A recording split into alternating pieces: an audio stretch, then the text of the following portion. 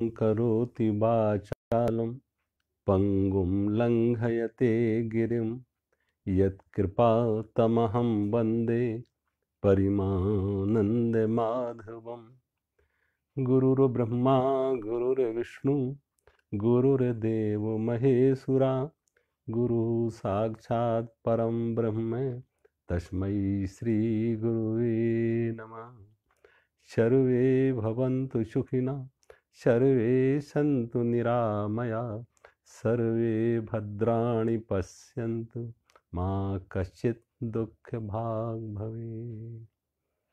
कर्पूरि गौरं करुणावतारं संसारसारं भुजगेन्द्रहारं सदा वसन्तं हृदयारविन्दे भवं भवानी सहितं नमामि।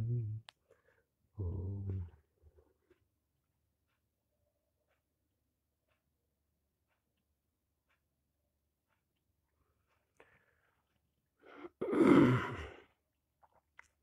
कल मैं बात कर रहे थे भज गोविंदम के पहले और दूसरे गीत पर, श्लोक पर, जिसमें भगवान शंकराचार्य ने पहले में कहा कि ये एक शास्त्र पढ़ने की, भाषा सीखने की आदमी के अंदर एक जो आतुरता है, वो भी एक संसार का अंग, मन का खेल है।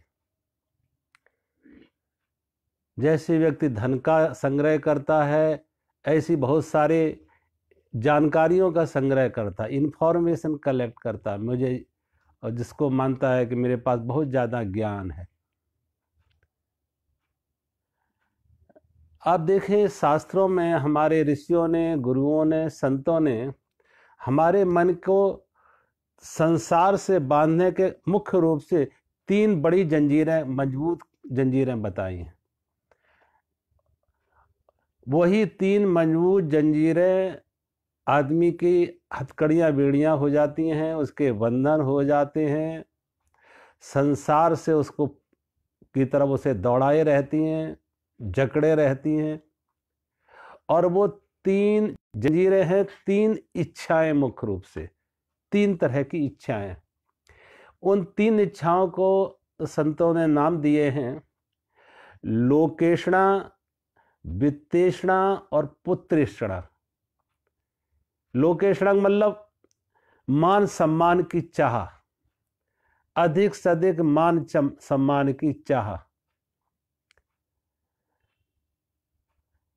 अब इस मान सम्मान की चाह में आप देखो, बहुत से ऐसे लोग हैं जो धन छोड़ देते हैं, परिवार छोड़ देते हैं, पत्नी छोड़ देते हैं, बच्चे छोड़ देते हैं, लेकिन वो भी मान सम्मान नहीं छोड़ पाते, मान का त्याग नहीं कर पाते।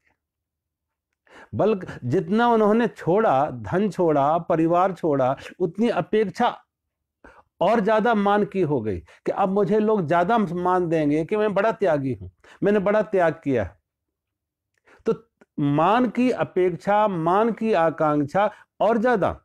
किसी भी व्यक्ति को देखो, एक व्यक्ति गृहस्थी में हो तो वो ज्यादा अपेक्षा नहीं करता कि कोई उसको नमस्कार करे, कोई उसको फूल माला पहनाए, कोई उसके चरण स्पर्श, उसकी अपेक्षा ज्यादा नहीं होती है। लेकिन अगर वो साधु बन जाए, घर छोड़ दा, पत्नी छोड़ दा, परिवार छोड़ दिया, साधु भेष में आ जाए, तो उसकी अपेक्षा होती है कि हर कोई मुझे खड़े होकर नमस्कार करेगा, प्रणाम करेगा, पैर छुएगा, माला पहनाएगा। और मान की चाह और ज्यादा बढ़ गई। इसलिए संतों ने लिखा है, कंचन तजना सहज है, कंचन तजना सहज है, सहज त्रिया का नेह। कंचन तजना सहज है, सहज त्रिया का नेह। और मान बढ़ाई ईर्षा, दुर्लभ तजना। ये दुर्लभ है।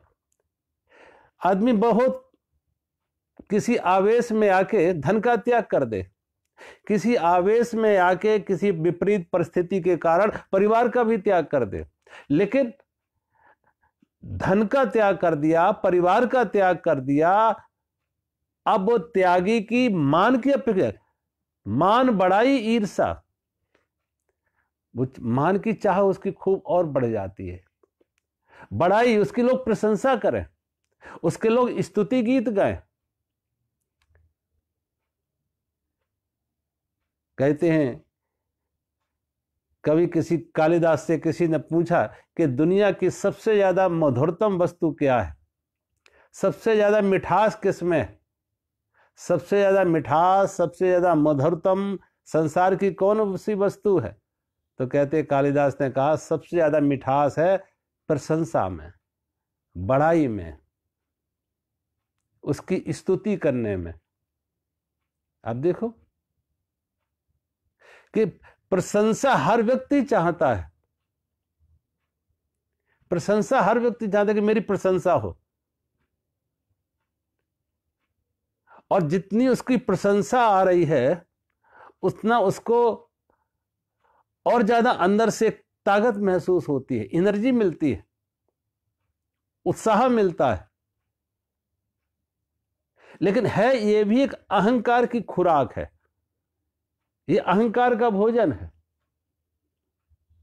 तो धन और परिवार का त्याग करके भी व्यक्ति मान से मुक्त नहीं हो पाया। अहंकार, अब उसने अहंकार का जो बांधने का था, परिवार एक कारण था, धन एक कारण था, तो दो से तो दो रस्सियां तो टूट गई, लेकिन तीसरी रस्सी और ज्यादा मजबूत हो गई कि मान की चाह, मान बढ़ाई ईर्षा, मेरा लोग मान करें, मेरी लोग प्रशंसा करें, स्तुति करें, और मेरे बराबर किसी और को मिल रहा है अगर सम्मान, किसी और की भी प्रशंसा किसी मेरे सामने हो रही है, तो व्यक्ति के मन में ईर्षा भी आती है। अच्छे अच्छे मैंने महापुरुषों को देखा, उनके सामने किसी और महात्मा की अगर चर्चा कर दो तो उन्हें अच्छा नहीं लगता। उनके सामने किसी और महात्मा की चर्चा कर, वो महात्मा हैं, त्यागी हैं, तपस्वी हैं, ज्ञानी हैं, सब कुछ, अगर उनके सामने भी किसी और व्यक्ति की चर्चा कर दो कि वो बड़ा महान है, उसमें बड़ा ज्ञान है, उसमें बड़ा त्याग है, अगर उसकी चर्चा कर दो, मैंने देखा वो व्यक्ति को अच्छा नहीं लगेगा, उसको अंदर कहीं ना कहीं ईर्ष्या पैदा हो रही, या तो वो उस पर उस तरफ ध्यान ही नहीं देगा, आपकी बात को इग्नोर करेगा, ध्यान ही नहीं देगा, उपेक्षा करेगा आपको, जो आप बोल रहे हैं, किसी की स्तुति कर रहे हैं, किसी की प्रशंसा कर, और अगर उसने थोड़ा ध्यान भी दिया तो उसमें से वो बुराई निकाल के बताएगा, उसमें से बुराई बताएगा, उनमें ये कमी है, उनमें ये कमी है, उनमें ये 10 कमियां निकाल के बता देगा, क्योंकि वो सहन नहीं कर पा रहा कि मेरे बराबर भी कोई हो सकता है, मेरे जैसा भी कोई हो सकता है, मेरे जैसा गुणवान, मेरा जैसा विद्वान, मेरा जैसा त्यागी, मेरा जैसा तपस्या, मेरा जैसा ख्याति प्राप्त, राष्ट्रीय अंतरराष्ट्रीय ख्याति के व्यक्ति, और मेरे समान भी कोई हो सकता। मैं तो नंबर 1, हर व्यक्ति नंबर 1 बनना चाहता, कोई नंबर 2 पे नहीं, हर व्यक्ति नंबर 1 की दौड़ में। तो लोकेशना का एक ऐसी लोक जंजीर है जो आदमी को बड़ी मजबूती से बांधे हुए है संसार के साथ। लोकेशना, मान की चाह। दूसरी है वित्तेषणा, धन की चाह, धन की चाह कि धन से उसको सुरक्षा है, धन के साथ मान सम्मान भी जुड़ा है। आप देखो, धनी व्यक्ति का मान हो रहा है, निर्धन का मान नहीं हो रहा है, हर जगह धनी की पूंछ हो रही है, क्योंकि वो धन के माध्यम से सारी व्यवस्था को अपने अनुकूल कर लेता, अधिकारी उसके अनुकूल हो जाएंगे, राजनेता उसके अनुकूल हो जाएंगे, संत महात्मा भी उसके अनुकूल हो जाएंगे धन के कारण से। ऐसा धनवान व्यक्ति जहां पहुंच जाएगा, महात्मा भी पहले आशीर्वाद देने के लिए उसे बुलाएंगे धनवान, क्योंकि धन की चाह सभी को है, राजनेता को भी धन चाहिए, संत को भी धन चाहिए, तो हर जगह उसका धन सबको हर परिस्थिति को अपने अनुकूल कर लेगा, हर व्यक्ति को प्रलोभित कर लेगा, अपने साथ जोड़ लेगा, क्योंकि धन उसके पास है, तो हर व्यक्ति को अपने साथ जोड़ लेगा उसकी जय जयकार करने के लिए। तो दूसरा है वित्तेषणा, धन की चाह, जिस पर कल भगवान शंकराचार्य ने कहा था, मूढ़ जही धन आगम तृष्णा, कुर सद्बुद्धि मनस वितृष्णा, यल्ल वशे निज कर्मोपातम वित्तम तेन विनोद। कहा धन की चाह ये छोड़ो। धन का जो पागलपन है संग्रह करने का, और मैंने कहा ना, धन सिर्फ आदमी इसलिए नहीं कर रहा है कि धन की उसकी जरूरत ज्यादा है, उसे रोटी ज्यादा खाना है, उसे कपड़ा ज्यादा पहनना है, रहने, इसलिए नहीं धन, इसलिए भी धन ज्यादा कर रहा है कि जरा दुनिया को दिखा सके कि मैं भी कुछ हूं, दुनिया को दिखा सकूं कि मैं भी कुछ हूं। कभी कभी लोग हमें ऐसे मिलते हैं, आज संतों को भी धन के से लोग नापतोल करते हैं। संतों को भी उनके ज्ञान से नहीं, उनके अनुभव से नहीं, धन के साथ उनकी अभी नापतोल की जाती है, मान सम्मान का। एक व्यक्ति मेरे पास आया, कहा महाराज वो फलाने महात्मा है, मैं उनका शिष्य हूं, बहुत बड़े महात्मा है, बहुत बड़े महात्मा है। तो मैंने पूछा तुमने कैसे नापतोल कर ली कि बहुत बड़े महात्मा है? अरे महात्मा का तुमने एक मेढक ये कहे या कीड़ी ये कहे कि मैंने सागर की थाल ले ली, अब तुम महात्मा की भी अगर नापतोल कर सकते हो तो लगता है तुम तो महात्मा से भी ज्यादा लंबा चौड़ा तुम्हारे पास ज्ञान है, मापदंड। तो पूछा तुमने कैसे निर्णय किया कि बहुत बड़े महात्मा हैं? कहा उनके बहुत सारे आश्रम हैं, टीवी पर उनके प्रोग्राम चलते हैं, चैनलों पर आते हैं वो। अब जो चैनलों पर आ रहे हैं तमाम बड़े बड़े आश्रम हैं, बड़ा बड़ा शिष्य समुदाय इकट्ठा कर लिया है, बड़े महात्मा हो गए। और इसलिए आप देखो कि जो इस दौड़ में है, धन की दौड़ में, मान की दौड़ में, वो फिर साधनों को उपेक्षा करते हैं कि साधन कैसे भी, धन मिल जाए, मान मिल जाए, कैसे भी, शुद्ध साधनों से, अशुद्ध साधनों से। तो अपराध की दुनिया में भी अभी पिछले दिनों आपने कितना सुना होगा कि कितने कितने महापुरुष जेल को पवित्र करने चले गए, तीर्थ यात्रा बहुत की थी लेकिन अब जेल यात्रा में भी चले गए। ये वही लोग थे जो जिनके शिष्य कहते थे हमारे गुरु बहुत बड़े, हमारे गुरु बहुत बड़े, चैनलों पर आते हैं, पैसे का अंबार है, हवाई जहाजों में चलते हैं, अंतरराष्ट्रीय ख्याति के हैं। सोचो, तो संतों की कभी मापदंड शायद इस कसौटी पे बुद्ध खरे ना उतरते, कबीर खरे ना उतरते, नानक खरे ना उतरते। मीरा जो तो राजरानी थी और गलियों में नृत्य करने लगी। आज संतों को भी मापतौल, मान सम्मान धन से किया जा रहा। तो पहला है लोकेशणा, मान की चाह, यश की चाह, कीर्ति की चाह।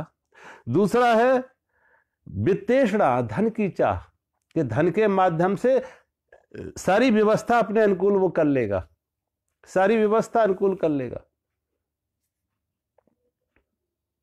बड़े बड़े राजनेताओं को देखो, ऐसे ऐसे महापुरुषों के पीछे लग जाते हैं और बाद में सारे ये भांडे खुलते हैं कि कहां कौन किस में संलग्न थे।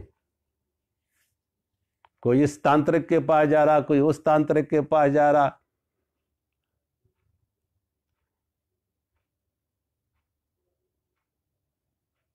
तो दूसरा है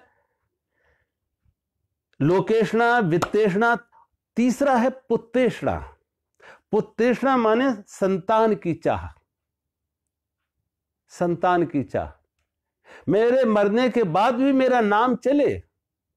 आदमी अमर होना चाहता है, अमर होना चाहता, मरना नहीं चाहता है।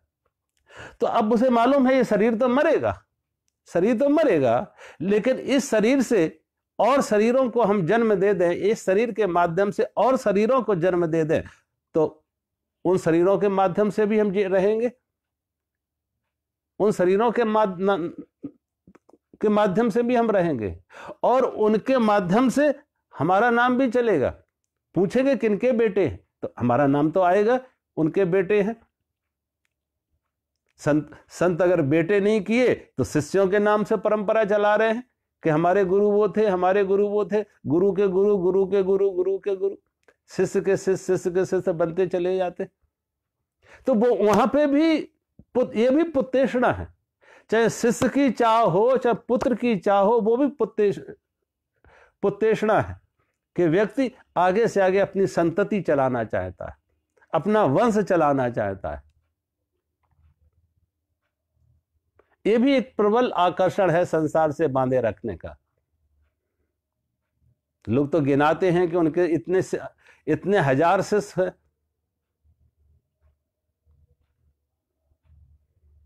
अब जितने हजार शिष्य होंगे उतने बड़े वो महात्मा होंगे, उतने बड़े वो संत होंगे।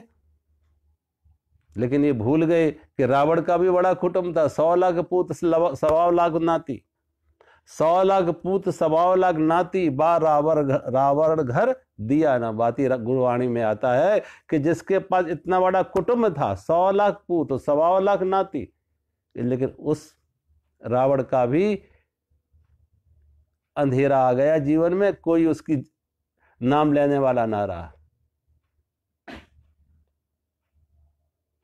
लोकेशना पुत्तेषणा वित्तेषणा, लोकेशना वित्तेषणा पुत्तेषणा, पुत्र की चाह, धन।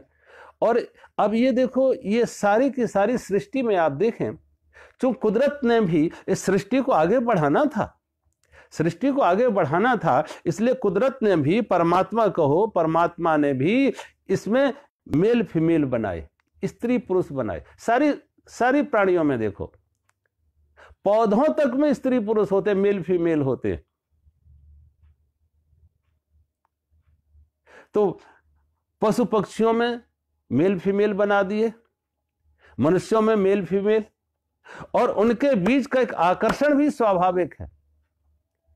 स्त्री का आकर्षण पुरुष की तरफ, पुरुष का आकर्षण स्त्री की तरफ, वो भी एक स्वाभाविक, बायोलॉजिकल, एक जैविक है। अब भगवान शंकराचार्य इसमें एक श्लोक ले रहे हैं कि स्त्री के शरीर के प्रति आदमी का कैसा आकर्षण है। नारी स्तन भर नाभि देशम, नारी स्तन भर नाभि देशम, और दृष्टा मांगा मोहावेशम। नारी स्तन भर नाभि देशम मोहा महागा, नारी स्तन भर नाभि देशम मोहा भागा, नारी स्तन भर नाभि, नारी स्तन भर नाभि देशम, दृष्टा मांगा मोहावेशम। ये तन मांस वशादि विकारम, ये तन मांस वशादि विकारम, मनस विचिन्तय वारं वारं। भज गोविंदम भज गोविंदम, गोविंदम भज मूढ़मते, गोविंदम भज मूढ़मते। भगवान शंकराचार्य करे, नारी स्तन भर नाभि देशम, दृष्टा मांगा मोहावेशम। स्त्री के शरीर में जो भी आकर्षण के अंग हैं, स्त्री के स्तन, स्त्री के शरीर के और अंग जो आकर्षण के केंद्र हैं पुरुष के लिए, तो कह रहे ये सब क्या है, ये तन मांस वशादि विकारम। ये मांस, मज्जा, हड्डी, रक्त, इनसे भरा हुआ है। ऊपर की पैकिंग अच्छी है। अब देखो, मात्र ये इस बात स्त्री की नहीं, क्योंकि भगवान शंकराचार्य के सामने उनके शिष्य जो थे वो सब सन्यासी थे, पुरुष थे। तो जो पुरुष का आकर्षण स्त्री में है, तो उन्होंने स्त्री का ही चित्रण किया वहां पे, कि नारी के शरीर में जो जो अंग आकर्षण के केंद्र हैं, पुरुष जिनके प्रति आकर्षित हो रहा है, जिन जिन शरीर के अंगों के प्रति, वो सब क्या है, ये तन्मांस वशादि विकारम। ये सब मांस, मज्जा, हड्डी, रक्त, इनसे बना हुआ है। पुरुष का भी, अगर पुरुष का आकर्षण स्त्री की तरफ है तो स्त्री का आकर्षण पुरुष की तरफ है। और पुरुष के शरीर में भी यही है। ये नहीं कि पुरुष के आदमी, स्त्री के शरीर में हार्ड मांस मज्जा है, खून है, तो पुरुष के शरीर में कोई सोना चांदी है, कोई हीरे जवाहरात है, ऐसा कुछ पुरुष के शरीर में वही। स्त्री का आकर्षण पुरुष की तरफ है, पुरुष की आकर्षण स्त्री की तरफ है। तो कहा इसके अंदर जो जो है वो कोई बहुत सुंदर नहीं है, वो आकर्षित नहीं है, उसमें कोई आकर्षण नहीं है, वो तो पैकिंग है। सिर्फ पैकिंग देख के, हम बाहर की पैकिंग देख के, हल्की से जो चमड़ी की पैकिंग है उसे देख के ही व्यक्ति आकर्षित हो रहा है। वो कहीं पैकिंग थोड़ी सी हट जाए, चमड़ी हट जाए, फिर देखो अंदर क्या क्या है। किसी को आकर्षण नहीं लगेगा, छूना भी नहीं चाहेगा उसे कोई। किसी के शरीर पे कोई घाव आ जाए, कोड़ आ जाए, तो कोई कोढ़े को कोई देखना चाहता? सुंदर व्यक्ति था और कहीं कोड़ आ जाए, शरीर में कहीं घाव हो जाए, कोई छूना चाहेगा उसे? ये तन मांस वशाद विकार, अब ये मात्र हड्डी मांस मज्जा रक्त इन्हीं से बना हुआ है। पैकिंग अच्छी है। किसी आदमी, किसी का ऑपरेशन देखो हो, तो उस ऑपरेशन में देखो क्या, कौन सा आकर्षण कहीं दिखेगा? कुछ। बस अच्छा है तो भगवान ने कृपा की है कि उसको जरा पैकिंग में रखा है, अंदर रखा है। अन्यथा आदमी एक खाली पुरुष का तो आकर्षण खत्म हो जाता। अगर बाहर का अंदर का बाहर दिखने लगे तो पुरुष का आकर्षण तो खत्म हो जाए, लेकिन जो कौए हैं, गीद हैं, इनका आकर्षण बढ़ जाएगा। ये पीछे पीछे आएंगे कि अब इनका खुराक होगा। तो वही होता, कोई पशु पक्षी आदमी कोई भी मर जाए, उसकी लाश लावारिस है तो ये गिद्ध खाएंगे, पशु जानवर खाएंगे, उनके लिए आकर्षण है और वो उनकी खुराक बन जाएंगे। तो इस शरीर में भगवान शंकराचार्य कह रहे हैं जिसके प्रति आदमी का आकर्षण है। और एक बात और देखो, आदमी के अंदर जो भोग की इच्छा है, काम वासना है, उस काम वासना में आप देखो दो तरह की काम वासना है। इस एक काम वासना तो शरीर की है, जिसे हम कहते हैं बायोलॉजिकल नीड, जैविक आवश्यकता, और दूसरी है साइकोलॉजिकल नीड, मनोवैज्ञानिक आवश्यकता, मानसिक आवश्यकता। तो शरीर की भूख, शरीर की वासना कम होती है, लेकिन आदमी ज्यादा वासनाग्रस्त जो होता है वो मन के कारण से। शरीर की वासना तो एक उम्र पर खत्म हो जाती है, शरीर की वासना एक उम्र पर खत्म हो जाती है, लेकिन मन की वासना लंबे उम्र तक चलती है, लंबे समय तक चलती है। शरीर की वासना तो पशु पक्षियों में भी है, बस क्योंकि अगर ये वासना ना होती तो आगे संतति कैसे चलती, संतानों को जन्म कैसे देते? और सृष्टि आगे चलानी थी परमात्मा को, तो सृष्टि आगे चलानी, इसलिए पशु पक्षियों में भी संतान को जन्म देने के लिए भोग की वासना है, काम वासना है। मनुष्य में भी वो है, शरीर के स्तर पर एक उम्र पर। आप देखो कोई भी एक लड़का लड़की हो, जहां एक उम्र पर आते हैं, हार्मोन्स उनके विकसित होते हैं, तो उनके अंदर स्वाभाविक है स्त्री का आकर्षण पुरुष की तरफ, पुरुष का आकर्षण स्त्री की तरफ, लड़के का आकर्षण लड़की की तरफ, लड़की का आकर्षण लड़के की तरफ, स्वाभाविक है, क्योंकि अब उनके हार्मोन्स डेवलप हो गए, अब वो संतान को जन्म देने के योग्य हो गए, तो वो शरीर की एक जरूरत हो गई अब उनकी। लेकिन बड़े आदमी के साथ ये पशुओं में नहीं है, पक्षियों में ये बात नहीं कि उनके साथ मन नहीं जुड़ा है, उनकी शरीर की जो जरूरत है एक उम्र तक, और उनके समय निश्चित है। आप देखो तमाम पशु पक्षियों के उनके समय निश्चित हैं, जब वो वासना में उतरते हैं, भोग में उतरते हैं। लेकिन आदमी का कोई समय निश्चित नहीं है, कोई निश्चित समय नहीं है। आप देखो कुत्ता, बिल्ली, गाय, सबके एक समय निश्चित होते हैं, जानवरों के भी समय निश्चित होते हैं, लेकिन आदमी का कोई समय निश्चित इसलिए नहीं है, इसलिए आदमी को ही ये सब ज्ञान दिया जा रहा, पशु पक्षियों को ज्ञान की जरूरत नहीं, क्योंकि वो तो जैविक रूप से जितना उनकी जरूरत है, नैसर्गिक कुदरत ने जो उनकी जरूरत दी है उस शरीर के स्तर से, और उतना वो जी रहे, उतनी उनकी जरूरत है। लेकिन आदमी के साथ शरीर की जरूरत के साथ साथ मन की भूख जुड़ गई है, मन में जो वासना है वो उसको और प्रबल कर रहा है। तो मन में जब कामना आ जाती, वासना आ जाती, चाह आ जाती, आकर्षण आ जाता, तो बड़ी उम्र तक आदमी इन भोग की प्रवृत्तियों में लिप्त बना रहता है, बड़ी उम्र तक। एक बार कोई मेरे पास एक सज्जन आए थे और वो कोई एक मंदिर में मूर्ति स्थापना करवा रहे थे, कोई जैन मंदिर में मूर्ति स्थापना करवा रहे थे। तो मेरे पास आके दिन कहने लगे, स्वामी जी, चूंकि जैन मंदिर में मूर्ति स्थापना करवा रहे हैं, और जो मूर्ति स्थापना करवाता उसे कहते हैं ये भगवान के माता पिता हैं, भगवान महावीर के माता पिता हैं और ये उनकी मूर्ति स्थापना करा रहे हैं। तो जो भगवान के माता पिता बनते हैं, मूर्ति स्थापना कराते हैं, उनके लिए कुछ नियम जरूरी होते हैं। वही माता पिता बन सकते जो उन नियमों का पालन करें। तो ये जो मुश्किल, ये कठिनाई ब्रह्मचर्य के पालन करने की, ये शरीर की नहीं है, ये मन की है, ये मन की भूख है, ये मन की चाह है। इसलिए भगवान शंकराचार्य कहते हैं मन हटाओ। शरीर की तो जरूरत एक सीमा तक खत्म हो जाती है, लेकिन मन की भूख लंबे समय तक रहती है, ये वासना रहती है। तो मन में चिंतन करो कि मन में जहां आकर्षण दिख रहा है वहां विकर्षण पैदा करो, जहां सुंदरता दिख रही है वहां कुरूपता देखना भी शुरू करो। दोनों है वहां, सुंदरता तो बाहर बाहर की है, कुरूपता पूरी सच्चाई है। सुंदरता तो सिर्फ एक उम्र तक है और सिर्फ बाहर बाहर की है, उसके अंदर देख लो क्या पैकिंग के अंदर क्या क्या भरा हुआ है।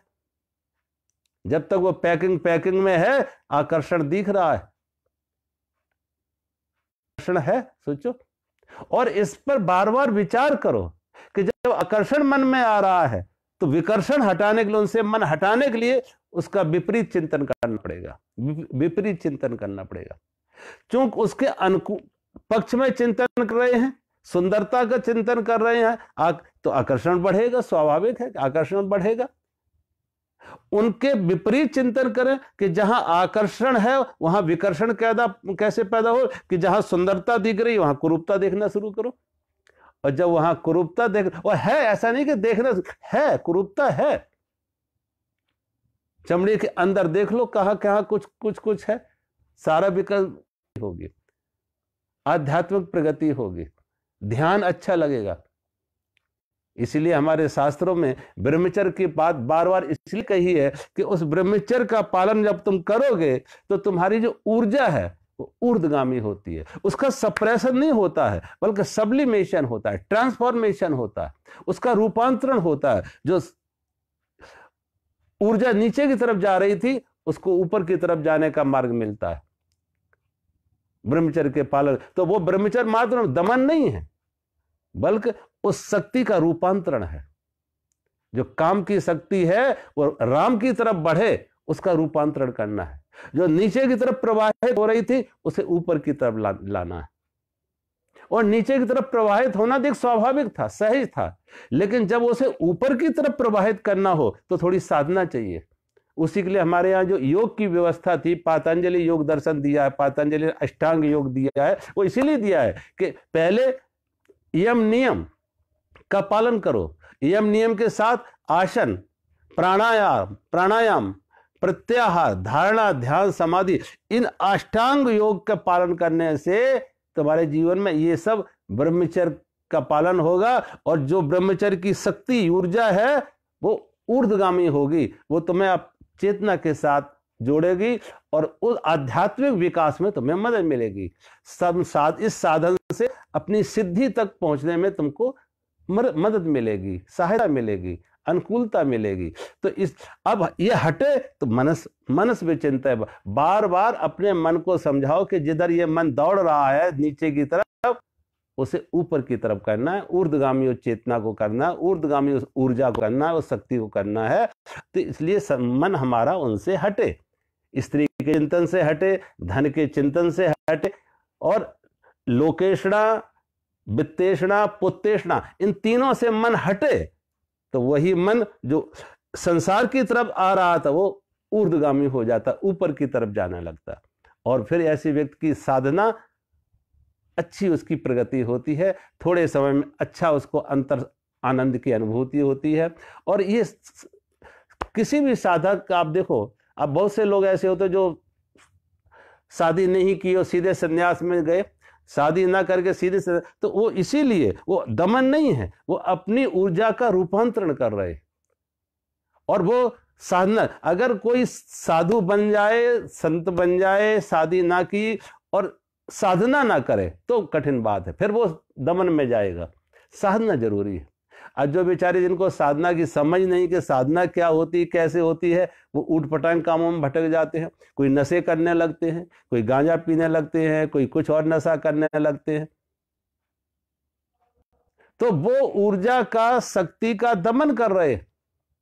शक्ति का दमन नहीं करो, दमन तो करोगे वो नुकसानदायक होगा। वो तो ऐसे है कि जैसे तुमने क्या किया कि बर्तन रखा आग के ऊपर और बाग के ऊपर बर्तन रखा, उसमें पानी भर दिया और ऊपर से तुमने पूरी तरह से डब्बा को टाइट कर दिया, डब्बा कस के बंद कर दिया, तो नीचे से आग तो जल रही है। अब जब नीचे से आग जल रही है और अंदर स्टीम बन रही है, पानी उबल रहा है, स्टीम बन रही है, तो क्या होगा? डब्बा फट जाएगा, ढक्कन टूट के उड़ जाएगा, डब्बा फट जाएगा।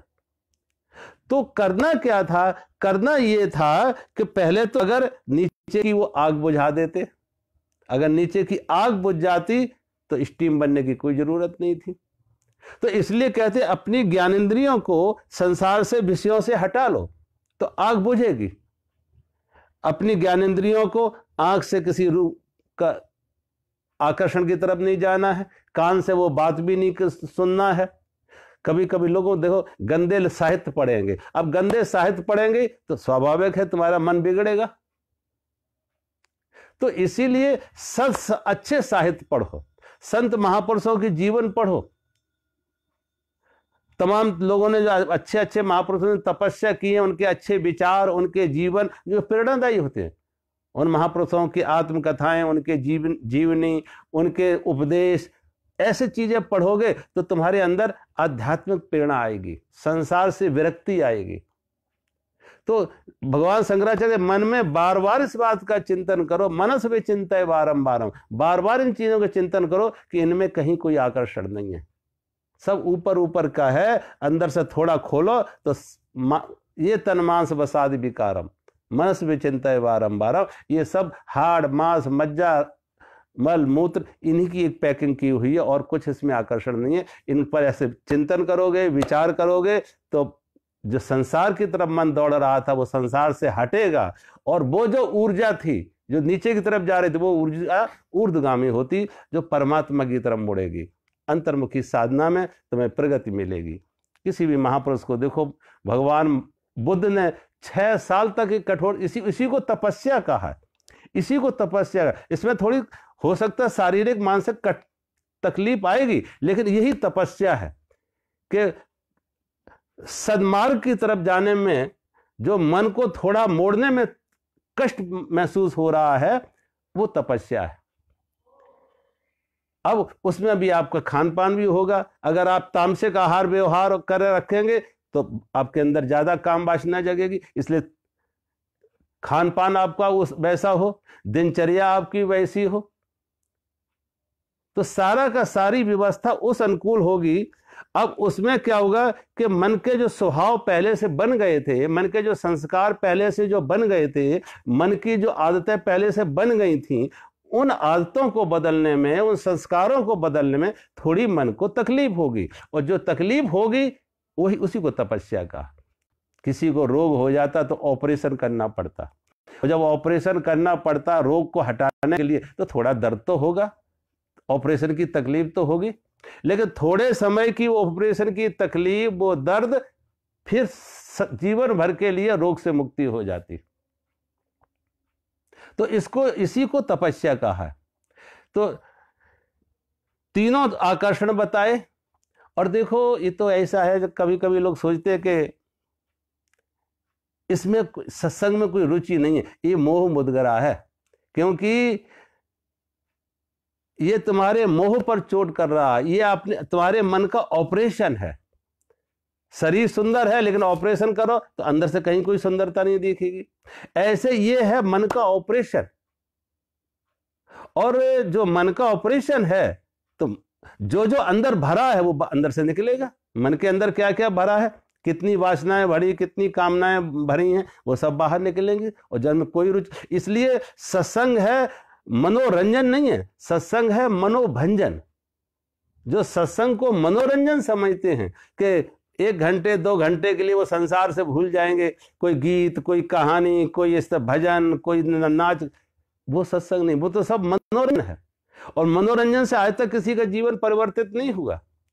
वो तो मन को और खुराक तुमने दे दी है, मन को और मजबूत कर लिया। कोई सिनेमा जाके 2 घंटे 3 घंटे जैसे सिनेमा में लग गया, खूब आराम से वो बैठेगा 2 घंटे 3 घंटे, क्योंकि मनोरंजन हो रहा है, उसको वही सब बातें मिल रही हैं जो मन चाह रहा है। जो मन चाह रहा है वही सब उसको खुराक मन को मिल रही है, तो मन खूब खुश होगा, मन को अच्छा लगेगा कि 2 घंटे 4 घंटे बैठेगा। लेकिन सत्संग में वही मन उबने लगता, इसलिए उबने लगता, वो मन बोर होने लगता, नींद आने लगती। क्यों? कि ये मनोरंजन नहीं है, मनोभंजन है। ये मन को मारने की बात है, मन को तोड़ने की बात है, क्योंकि मन बंधन है। तो इस मन से मुक्त हो गए, मन के संस्कारों से, मन के विकारों से, इन विचारों से, इन वासनाओं से मुक्त हो गए, तो वो अंतर्मुखी हो पाओगे, तभी तो बाहर से हटोगे, वो अंदर की तरफ बढ़ोगे। तो ये है मोह मुद्रा। भज गोविंदम में मोह मुद्रा जो हमारे मन को ऑपरेशन कर रहा है, मन को मारने की, मन को सुधारने की बात कर रहा है। अगला बात दिखा है इसमें कि हमारा जीवन कितना चपल है, क्षणभंगुर है, नाशवान है।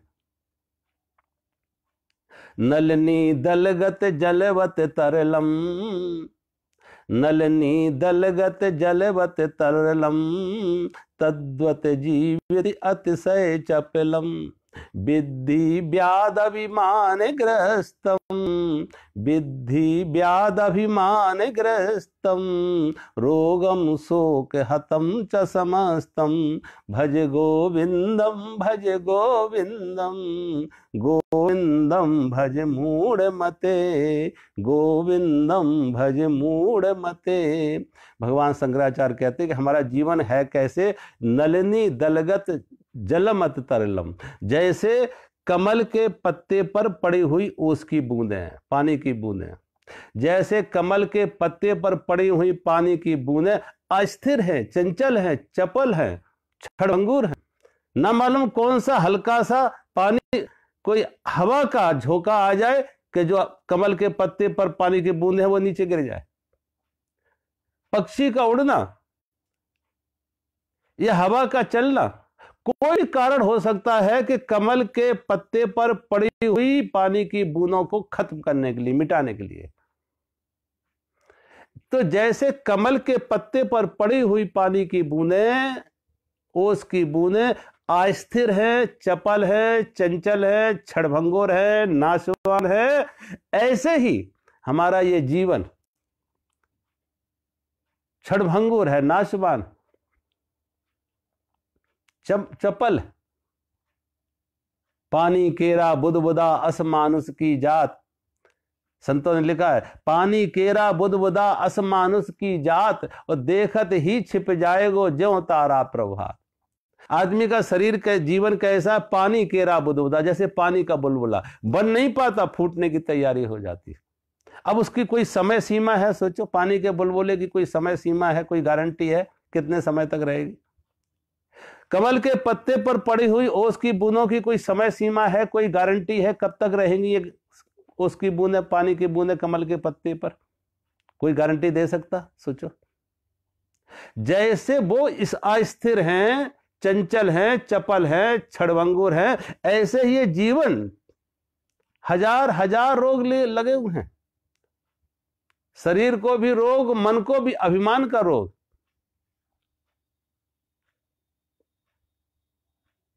लेकिन दुर्भाग्य यह है, संतों को यह कहना क्यों पड़ रहा है कि ये ना शरीर क्षणभंगुर है, नाशवान है, चपल है, चंचल है? ये कहना क्यों पड़ रहा?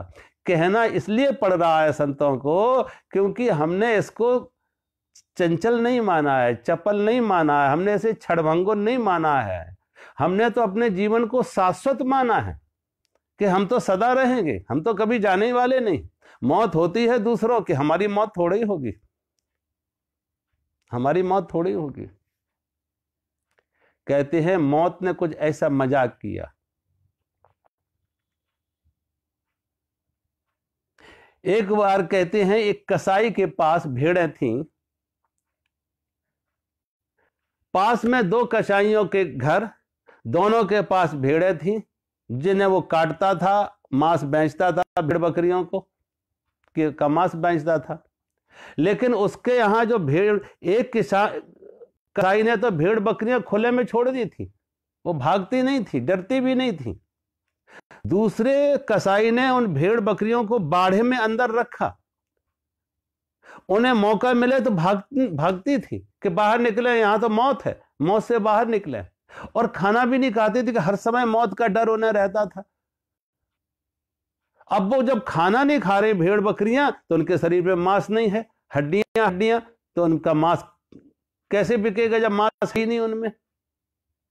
दूसरा जो कसाई था उसकी भेड़ बकरियां खूब खा खा के तगड़ी हो रही हैं और खुली घूम रही हैं, फिर भी नहीं वो भाग रही हैं। तो इस कसाई ने इस दूसरे कसाई से पूछा, क्या बात है कि तुम्हारी ये भेड़ बकरियां खूब अच्छा खाती हैं, शरीर से मोटी तगड़ी हैं, मांस इनमें खूब है और खुली घूमती हैं, भागती नहीं है, लेकिन हमारी भेड़ बकरियां खाती भी नहीं है क्योंकि उन्हें मौत का डर है, रोज काटी जा रही, उन्हें मौत का डर है, और मौका मिलता है तो भागने की चेष्टा करती हैं। तुमने क्या किया जो तुम्हारी ये भेड़ बकरियां भागती नहीं है? इस कसाई ने कहा कि मैंने इन भेड़ बकरियों को बेहोश करके, मूर्छित करके इनके कानों में यह कह दिया कि तुम भेड़ नहीं, तुम तो शेर हो। इन भेड़ बकरियों के कान में यह कह दिया, तो भेड़ नहीं, तुम तो शेर हो। तो वो अपने को शेर मानती रहती है। कब तक? जब तक उसके गले पर ही छुरी नहीं रख जाती है, चाकू नहीं रख जाता है, तब तक वो अपने को शेर ही मानती रहती है। और जब एक भेड़ काटी जा रही है, बकरी काटी जा रही है, तो उसको लगा वो भेड़ है इसलिए कट रही है, वो बकरी है इसलिए कट रही है, तो शेर हूं। जो कट रही है वो भेड़ बकरियां और मैं शेर हूं, मुझे थोड़ी कुछ कटना है। वो अपने को तब तक शेर समझते हैं जब तक खुद उन्हीं के गले पर आ ही नहीं जाती है छुरी। ऐसे ही मौत ने कुछ मजाक किया है हम सबके साथ कि हम अपने को कभी मानते ही नहीं कि हम भी मरण धर्मा है। कभी कभी देखो आदमी को शमशान भूमि पे जाता तो शमशान बैराग गाता, और शमशान बैराग क्या, जब सामने लाश है तो जा रहे हैं राम राम सत्य है, राम राम सत्य है, राम राम सत्य है बोलते हुए जा रहे। अब वो राम सत्य नहीं है, चूंकि मौत सामने है, मौत सामने है, डेड बॉडी सामने है, मरा हुआ आदमी सामने है, तो मन में बैराग गा रहा, राम सत्य दिख रहे। शमशान भूमि पे बैठ के लोग एक दूसरे से जब बातें करते उनकी बातें सुनो, ज्ञान की बातें करते लोग। शमशान भूमि पर बैठ के जब लोग एक दूसरे से जो बातें कर रहे, बड़ी ज्ञान की बातें कर रहे कि देखो ये आदमी कल तक कितने बड़े बड़े योजनाएं बना रहा था, बड़ी बड़ी स्कीमें बना रहा था, बड़े बड़े प्लान बना रहा था, खत्म हो गए सब कुछ, सब कुछ खत्म हो गया एक क्षण में। सारे के सारे स्वप्न हो गए, सारी की सारी योजनाएं धराशायी हो गई। कैसा जीवन है, कैसा क्षणभंगुर है, कैसा नासवान है, कैसा। शमशान भूमि में बैठ के ये बैराग की बातें आ जाती हैं क्योंकि मौत सामने दिख रही है। और जैसे शमशान भूमि से पीठ फेरा, फिर कोई नहीं कहता राम राम सत्य है, फिर कहते दुकान सत्य है, मकान सत्य है, परिवार सत्य है, संसार सत्य है, फिर कोई नहीं कहता।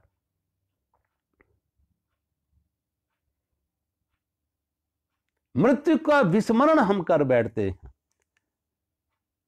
और जब भी जीवन में देखो, अगर कोई जीवन में जगाने वाली बात है कि जिससे व्यक्ति को जगाया जा सके, वो है मृत्यु का स्मरण। मृत्यु का स्मरण। दो बातों को भूल मत, दो बातों को भूल मत, जो चाहे कल्याण और नारायण एक मौत को, दूजो श्री भगवान।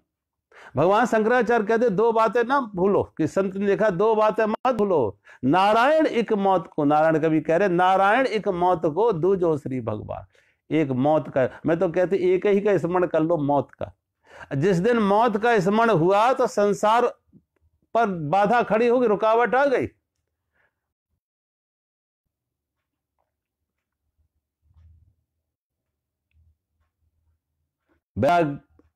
बैराग सतकम में भर्तहरि जी ने लिखा कि एक सर्प एक मेढक को डस रहा है, एक सर्प एक मेढक को डस रहा है।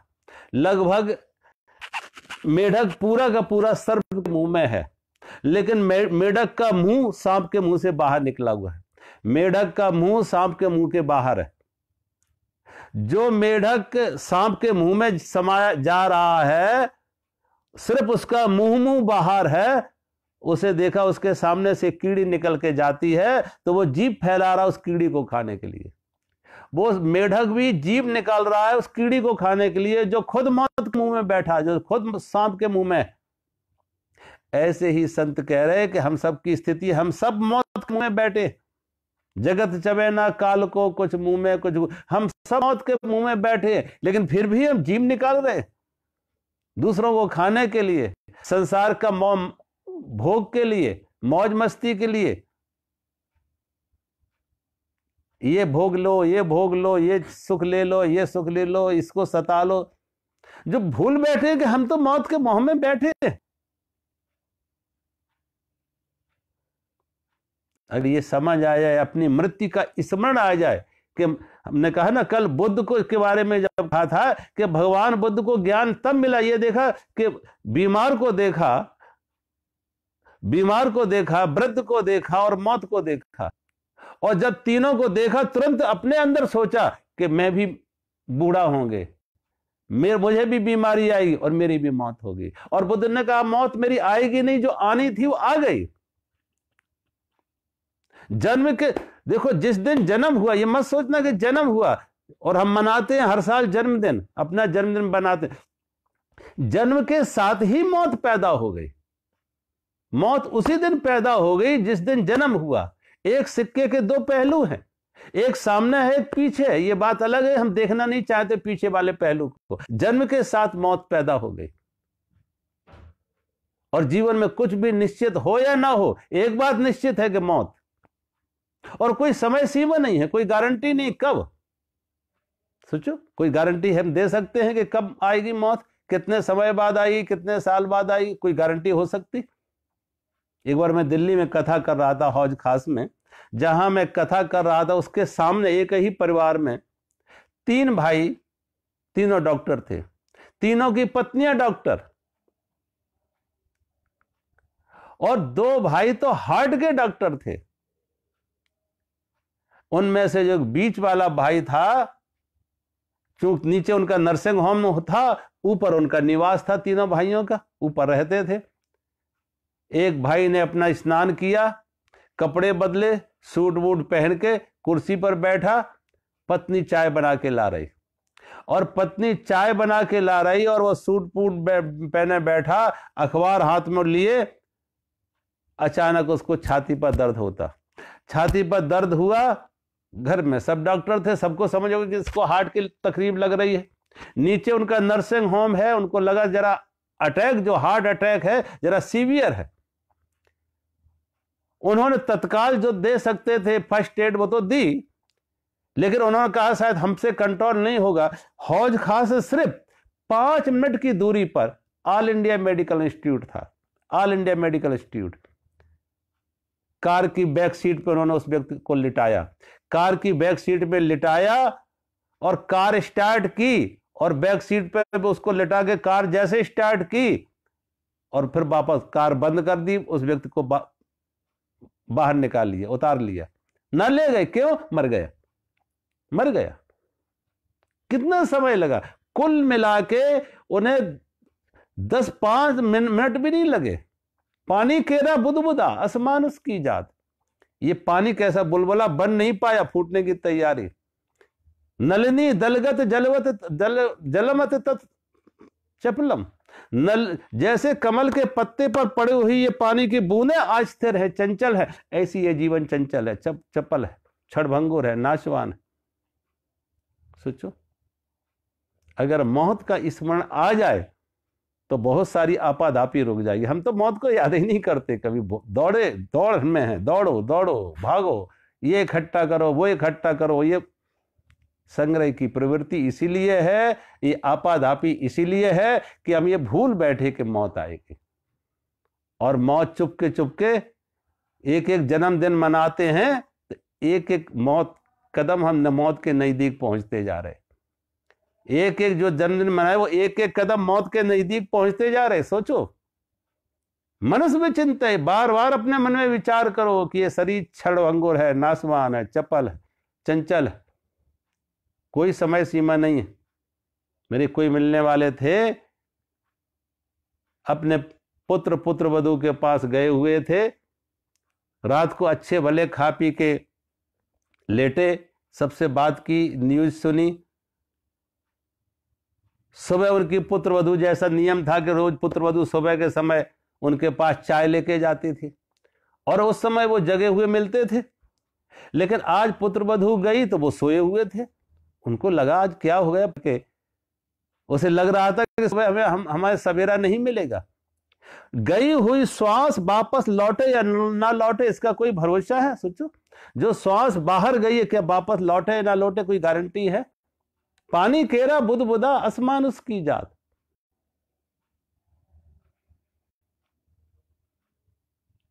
लेकिन फिर भी हमारे आकर्षण संसार की तरफ है। और दौड़ो, ये पाओ वो पाओ, ये इकट्ठा करो वो इकट्ठा करो।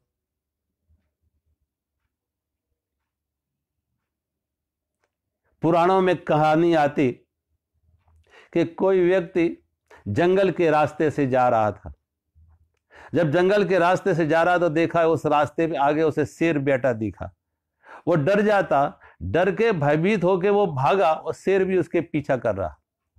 शेर पीछा करता हुआ आ रहा और वो आदमी भी डर के भाग रहा है। संयोग की बात, एक जगह ऐसी जहां कुछ लताएं पौड़ी हुई थी, उन लताओं के बीच से वो निकलने लगा तो वहां एक कुआं था। वो कुएं में गिर जाता। लेकिन कुआं अंधा कुआं था, जिसमें जल तो नहीं था, पानी नहीं था उसमें। लेकिन उसने देखा कुएं के ऊपर एक वृक्ष की डाल पौड़ी हुई थी, फैली हुई थी। तो वो कुएं में जैसे गिरा तो कुएं की डाल उसने पकड़ ली और कुएं की डाल पकड़ के नीचे लटका हुआ है। शेर ऊपर खड़ा हुआ है कि अगर ये ऊपर निकले तो मैं इसे खा लूं। अब शेर नीचे नहीं जा सकता, ऊपर आए तो इस शेर खा ले। और नीचे अगर जिसने देखा झांक के नीचे मैं उतरूं, इस कुएं के अंदर नीचे उतर जाऊं, तो नीचे देखा काले विषधर नांग बैठे। काले विषधर नांग बैठे हैं कि वो फन किए बैठे कि ये नीचे आए तो मैं इसे डसूं। नीचे भी मौत, ऊपर भी मौत। नीचे सांप के रूप में मौत, ऊपर शेर के रूप में मौत। जिस डाल को पकड़े लटक रहा था, उस डाल को कहते दो चूहे काट रहे, एक काले रंग का चूहा और एक सफेद रंग का चूहा। दो चूहे उस डाल को काट रहे और लगभग वो डाल कट चुकी है, थोड़ी सी उलझी हुई है, टूटने वाली है। लेकिन इसी बीच में नीचे मौत, ऊपर मौत। जो सहारा लिया वो सहारा भी छूटने छिनने वाला है। इसी बीच में उसके ठीक सामने एक मधुमक्खी का छत्ता था और उस मधुमक्खी के छत्ते से एक एक बूंद मधु की आ रही थी, शहद की एक एक बूंद आ रही थी, हनी की एक एक बूंद आ रही थी। वो चारों तरफ से मौत से अपने मन को हटा के उस मधु पर ध्यान देता है। जैसे बूंद ऊपर से नीचे आती है, वो अपनी जीभ निकाल के उस बूंद को अपने मुंह में ले लेता। सारा ध्यान उसने मधुमक्खी के छत्ते पर लगा दिया कि जैसे बूंद ऊपर से आए वो अपनी जीभ बाहर निकाले और मधु को अपने मुंह में ले ले। और मधु के शहद के स्वाद में, मधु के स्वाद में मौत को भूल जाता। मौत को भूल जाता कि मौत से घिरे हुए नीचे मौत, ऊपर मौत। जो सहारा लिया वो सहारा भी टूटने वाला, छिनने वाला, लेकिन स्वाद में मौत को भूल जाता। शास्त्र संत कहते हैं हम सबकी यही मनोदशा है। हम चारों तरफ से मौत से घिरे हुए। ये काले और सफेद रंग के चूहे क्या है? काले और सफेद रंग के चूहे हैं ये रात और दिन। एक चूहा रात काले रंग का, एक सफेद रंग का, ये रात और दिन। एक दिन व्यतीत हुआ, एक रात व्यतीत हुई, ये हमारी उम्र को काट रहे हैं। ये जीवन की डाल को काट रहे हैं, उम्र की डाल को काट रहे हैं। जब हम कहते हैं हम इतने साल के हो गए, इसका मतलब है कि इतने अब नजदीक आ गए मौत के। उम्र इतनी कम हो गई, इतनी उम्र कम हो गई, अब इतने नजदीक है मौत के। रात और दिन के चूहे जीवन की डाल को काट रहे। और फिर ये डाल तो कटेगी तो मौत से ही तो घिरे हैं, ऊपर नीचे मौत ही मौत तो है। काश हम सबको इस मौत का स्मरण आ जाए, मात्र स्मरण आ जाए। अपने अंदर विचार रख ले कि ये सब होने वाला, आज नहीं कल होने वाला। जितना जीवन जी लिए सोचो आगे उतना है।